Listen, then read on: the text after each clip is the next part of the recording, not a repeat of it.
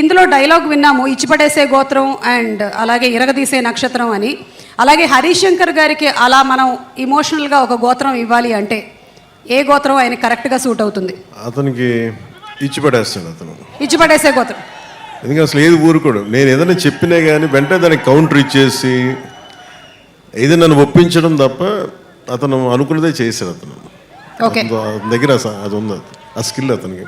అందుకే నేను డ్యాన్స్ చేయను అని మెంటలీ ప్రిపేర్ అయినా అసలు నా చేత కూర్చోబెట్టి సాంగ్ చేయించి నా జీవితంలో నేను డ్యాన్స్ చేయగలనా లేదా నాకే సందేహాలు ఉన్నప్పుడు కూర్చోబెట్టి సెట్లో లాక్కొచ్చి స్టెప్స్ వేయిస్తూ ఉండే. వాళ్ళందరూ చూస్తూ ఉండేవాడు. నేను కూడా ఎలా వేయాలి నాకు అర్థమయ్యేది కాదు.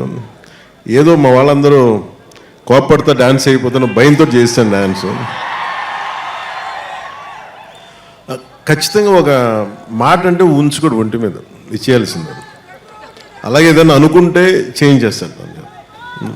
అది నేను తను చూసి. Next question